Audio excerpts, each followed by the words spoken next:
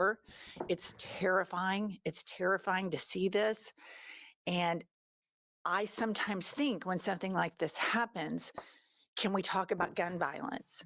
Um, a lot of you know who have followed us for a long time. Last October, a young man that worked for us, Javier, was shot and killed on October 12th, 2024. And it was devastating. I still think about it 15 times a day. Gun violence is horrific. Yesterday, right after this story broke, there was another shooting at a school in Denver. Guns in schools in America always seems to be a problem. But much to my surprise, there seems to be a coordinated response on the right that is really terrifying. And Midas Touch compiled a lot of it here. Midas Touch tweets, deeply disturbing rhetoric is spreading from influential MAGA figures, including the president of the United States and the owner of this website. He's referring to Elon Musk there, owner of Twitter.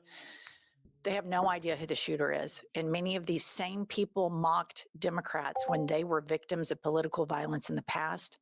In moments like this, we should be lowering the temperature and finding our shared humanity, not fueling more hatred and violence. And here's just a sampling. Libs of TikTok, caps lock, this is war. Joey Manorino, the Democrat Party must be classified as a domestic terror organization and their members, leaders treated accordingly. Enough is enough. Trump goes on blaming.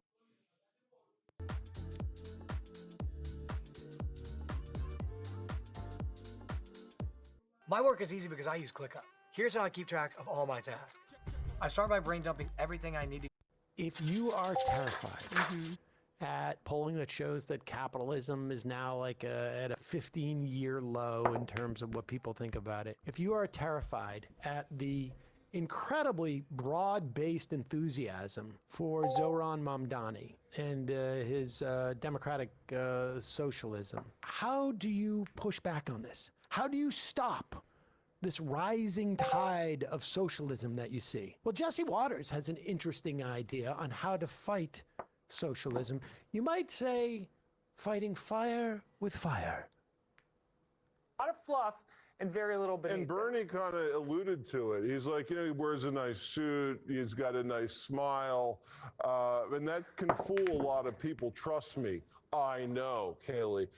But they're on to something with the prices and all that. I mean, prices are still high. Can't Trump just bring in some corporate executives and just say, hey, guys, there's going to be a socialist revolution in this country if you guys don't do something. Please do something. I mean, you could do this with the heads of these universities.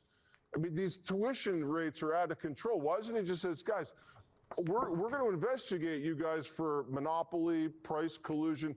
Get this tuition down. Get this stuff down. Yeah, he's working on it. Look, Scott Besson is the best. Okay, pause. Hold on for a second. I just want to go over this. So, how do we deal with this this political program of attempting to make things more affordable? Why have a process? Just have Trump tell everybody make things more affordable. It's sort of like you should just ask. It's really more like literally saying this socialism is a danger. What we need is authoritarian communism to address it. As long as it's from executives. Right. As long as the state has the ability to dictate what prices are, we won't have to worry about this socialism. Yeah. I have a feeling that's not going to work, Jesse Waters. I have a feeling that they're going to find a way around it. That's why you need things like legislation and taxation to actually make this stuff happen. Here's Kayleigh, though, saying, don't worry. There's no reason to panic about the affordability crisis. Why? Because Scott Besson said so. Get this tuition down. Get this stuff down. Yeah, he's working on it. Look, Scott Besson is the best of the best alongside Donald Trump. Scott Besson said, I'm predicting Q4, you're going to see an accelerant on this economy. And already, if you look at it, 3.3% GDP growth, hundreds of billions of dollars of investment pouring into the United States. Donald Trump's cut taxes, deregulating. He has poured a fire on this economy. We're having to dig out from 4 years of Biden-era fecklessness, but we're getting there. Listen, I am not a scientist. But when you pour a fire onto something, it burns. It burns.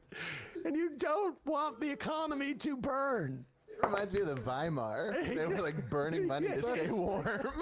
He's pouring a fire on the economy. He sure is. Well, she's almost revealing what they want, though, but that's why they want interest rates to be lowered, because they want to heat up the economy, and they don't necessarily care if that's going to create like deeply, like a horrible, consequences for people downstream. Oh, there's no doubt that the cutting of rates could become inflationary, but the problem is that our economy is not growing, and we have a massive job loss, and we have this huge drag on the economy in the form of tariffs, and so regardless, okay. You can borrow money at a lower rate if you're a company, but are you going to invest that money in something right now? Are you going to say we're going to hire more people? Because why? All of the outlook of the economy looks like it's about to implode. I'm no defender of the Biden economy, but the fact is it was growing, and that just growth wasn't shared. Now we're not sharing it or growing. We were talking about this before the show. Past due car payments hit a record high.